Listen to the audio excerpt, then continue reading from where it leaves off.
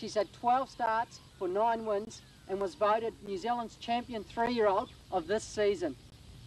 Well, Paul, you've had some great previous runners in the Cox Plate, in the likes of Surface Paradise, Waverley Star, My Blue Denim, Chivalry.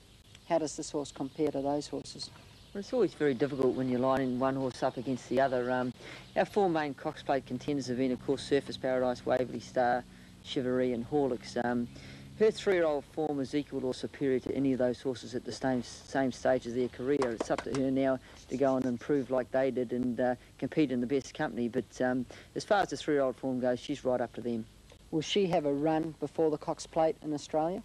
Possibly not. We're just looking through the new programs now, and it's been our policy in years gone by to line them up first up in the Cox Plate, and it's been quite successful. She'll have a look at Moonee Valley with Breakfast with the Stars, but it's unlikely she'd be there for the Caulfield Stakes.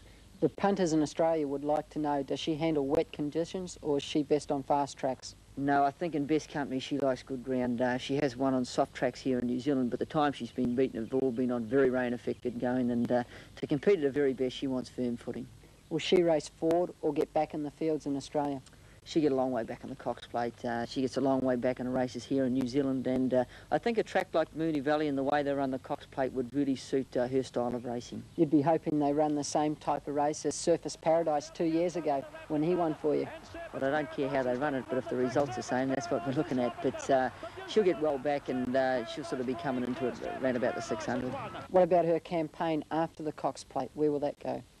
Well, you'd look at the McKinnon Stakes for sure after the Cox Plate, and we haven't really discussed it with Mr. Cheek or Nelson at the moment, but she may be a nominee for the Japan Cup, but she'd be in pretty elite company as far as the nominees for the Japan Cup go, and a lot would depend on the outcome of the Cox Plate. The Japanese seem to be sitting back now. They know the Cox Plate's the best guide to the Japan Cup. They sit back and just take the first 2 home in that, but she may be amongst those nominees. There, the old hand of you up, I'm your man. And good luck to him too. Now tonight on